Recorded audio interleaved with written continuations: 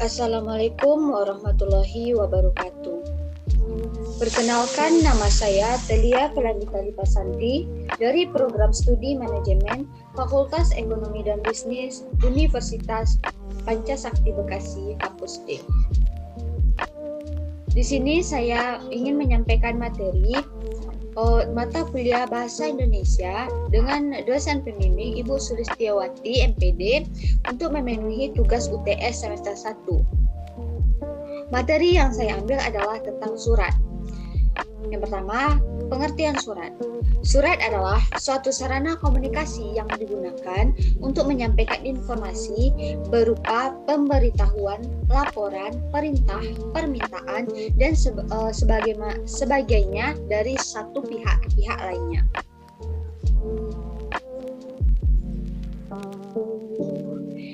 Fungsi surat. Yang pertama, alat komunikasi menyampaikan bahan komunikasi yang berupa berita dan lain-lain.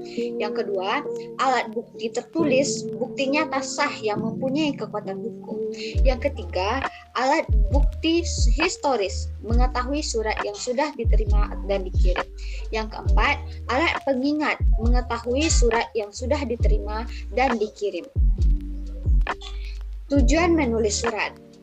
Tujuan menulis surat adalah sebagai sarana komunikasi atau pemberitahuan informasi yang disampaikan oleh pembuat surat kepada penerima surat. Tujuan penulisan tentunya menyampaikan maksud yang diberikan dari pihak pengirim ke penerima atau sebagai bentuk hubungan kerja antara suatu perusahaan. Syarat surat. Surat harus disusun dengan teknik penyusunan yang benar. Isi surat harus dinyatakan secara ringkas, jelas, dan eksplisit karena dapat menguntungkan kedua pihak.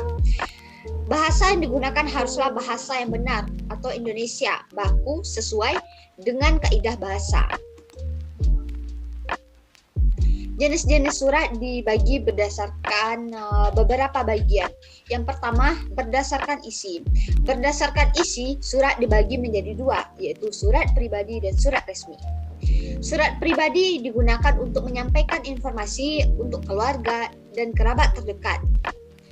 Ciri-ciri surat pribadi ialah tidak menggunakan bagian surat yang resmi, formal bebas, tidak menggunakan bahasa resmi, atau tidak kaku.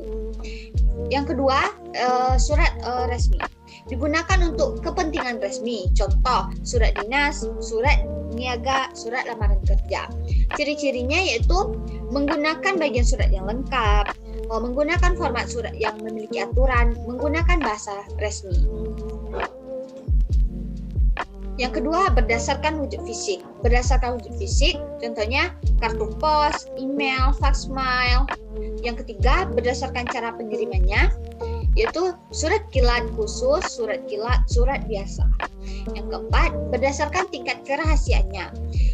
Surat sangat rahasia, surat rahasia, surat konfidensial, dan surat biasa. Bagian-bagian surat. Yang pertama, kepala surat, nomor surat, tanggal, bulan, dan tahun surat, lampiran, hal atau perihal, alamat, surat pembuka, isi surat, salam penutup, nama organisasi, nama terang dan tanda tangan penanggung jawab surat, tebusan, inisial atau kaki surat. Kesimpulannya dari materi surat ini adalah surat sebagai sarana komunikasi yang masih digunakan hingga sekarang. Selain sebagai sarana komunikasi, surat juga sebagai alat bukti pada sebuah instansi. Kecanggihan teknologi yang ada harus tetap memperhatikan hakikat surat. Surat berdasarkan jenisnya dikategorikan dalam beberapa jenis. Hanya itulah yang dapat saya sampaikan. Kalau ada salah dan janggal, saya mohon maaf. Assalamualaikum warahmatullahi wabarakatuh.